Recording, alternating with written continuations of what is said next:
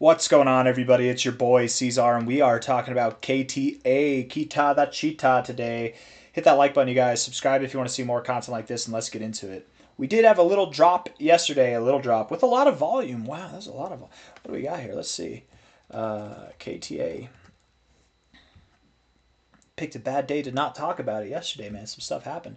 Not too much volume. A good bit of volume for the market cap, sure, but nothing like crazy. It just looks crazy on the charts. Yeah, 13% is not that crazy. That looks crazier than 13% in my opinion, but 13% is nothing too crazy. 13% volume on a 15% drop. Yeah, that's about standard, right? One, and that don't treat that as like a rule of thumb. Just because you drop 10% doesn't mean you need 10% in volume, right? That's not necessarily how it works. But looking at this here on a daily time frame, the RSI, you do have lower highs. I mean, it's not bearish divergence. If you think this is bearish divergence, my question to you would be, right, if you're going to say, hold on, why is it not drawing? There we go. If this is bearish divergence, then what's this? High, higher high, higher high. How's, what's that? You know what I mean? It's not bearish divergence. So in that kind of case, I don't think we go all the way back down to 85 cents. But here at $1.15, sure. You were up in the overbought zone. You're down now. You could go a little bit lower, but really I'm looking at this, and instead of looking at the bearish divergence, which doesn't exist, I'm looking at the fact that you have a lower low in the RSI here. You're at a double bottom here at the 60, the same area you bounced from back here. Lower low in the RSI with a higher low in the price. That's hidden bullish divergence is what that is, my friends. It's a good thing. It's a good thing. KTA, we were expecting, I believe I remember saying we were expecting it to drop around $1, if not just a little bit below $1, but continue to run, right? You're not going to stop like this or like this. I mean, maybe you stop like this, but you're not going to see like a long, drawn-out consolidation phase until you see prices that I think will be above $2, honestly. Let's look at this here. Let's take a high to low here. Very, very strong chart, by the way. Very, very strong chart.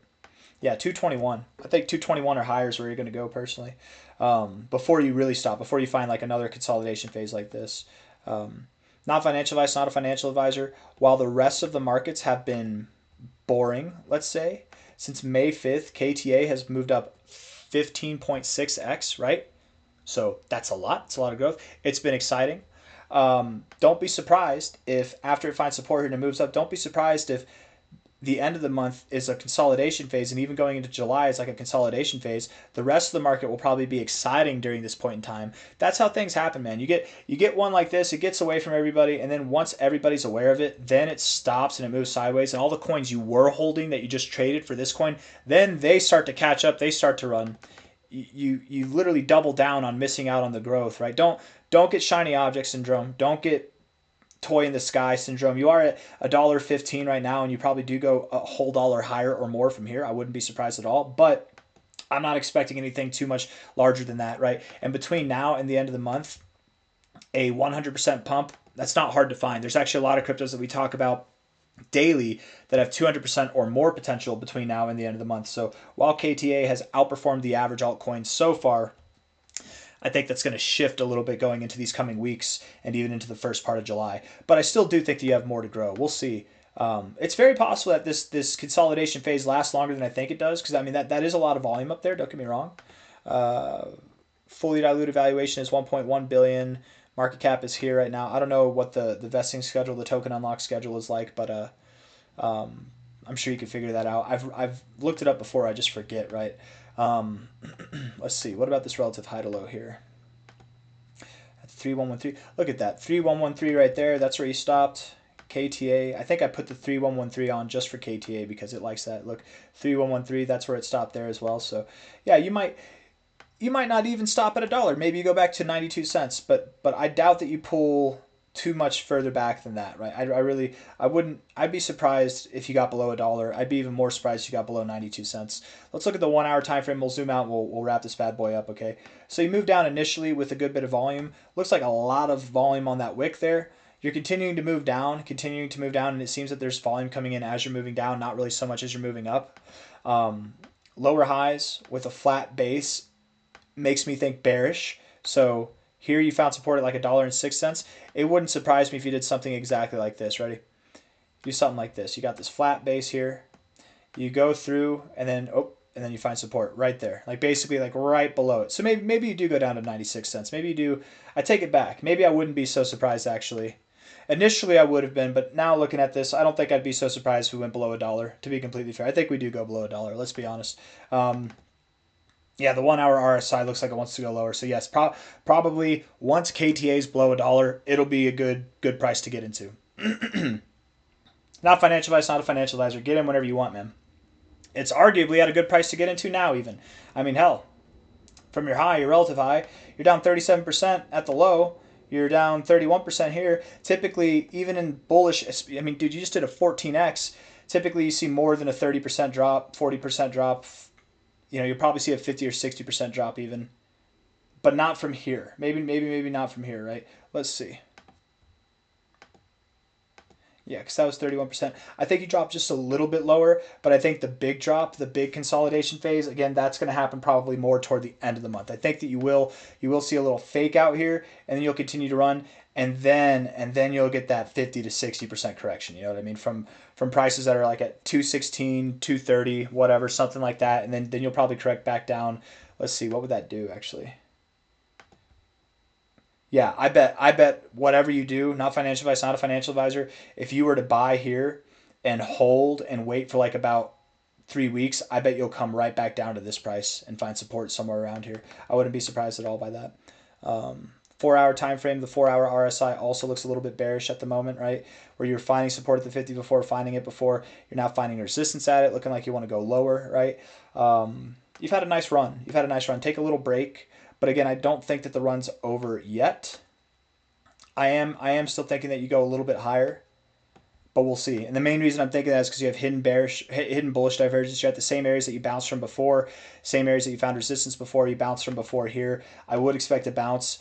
My opinion on prices above $2 by the end of the month can change. If we move up like this and we get some bearish divergence and we exact that bearish divergence, we get like a little double top here. Maybe then instead of moving up by the end of the month, we move down, and then we actually start to have a more bullish end of month and early July with the rest of crypto, and the consolidation timing will be different than I thought. You know, maybe we do see a deeper correction here if we do get some kind of double top here, right? We probably would go down below 90 cents if that happens. So all that to say, in case it made your head hurt, let me summarize it real quick. I am expecting right now that we will move up to prices that are above $2, probably $1 from here or higher, if on our path higher. But first we'll probably drop down just below $1, right? We have a little bit lower to go first, and then we'll go up. Okay, that'll probably happen today or tomorrow. We drop a little bit more, and then we'll go up over the next week. If we don't see a higher price than this high here, okay, if we don't get higher than that, or if we do, but it's like a slightly higher high and we pull back, we get some bearish divergence on the daily time frame, then we will likely go lower than whatever low we form here. Okay, we'll probably find support below 90 cents or around 90 cents, 90 to 80 cents, maybe even 70 cents. You never know. And then going into the very, very end of the month, like I'm talking about the final days of the month, if not even early July, that'll be when we start to recover. We start to move up higher, and then you'll see that multi-dollar price. You probably don't stop at $2. I would expect that between now and the end of July. I mean, let's see. Hold on.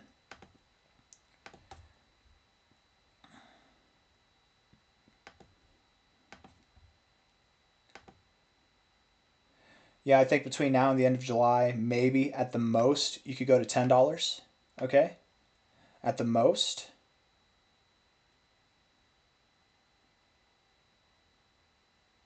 Maybe even just above there, I would say.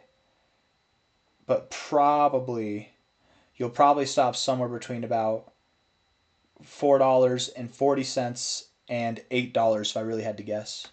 There's not any fibs to go off of here. I'm just going off of percentage growth and what I've seen on a standard basis. So I think something between $4.40 and $8 is a good estimation, with the high aspiration of like $10 or more, just slightly more by the end of July. That's what I would expect. So you've got a lot of growth to go still, but a little bit of decay beforehand. I don't have anything else to say. I hope everybody understands what I'm saying here. Hit the like button, subscribe. Thank you all for being here. I'll see you on the next one. Take care of yourselves, all right? And KTA, it's okay that it's taking a break, man. It's had a hell of a run, hell of a run. Take a little break. It's okay. I don't think that it's taking its break, quote unquote, here. I think that it's got a little bit higher to go first. But again, that can be proven wrong if we get a double top, if we get bearish divergence, we come back down. Then maybe we are in a longer break than, and it's starting now instead of starting above $2, if that makes sense. All right, take care. I'll see you on the next one. Bye.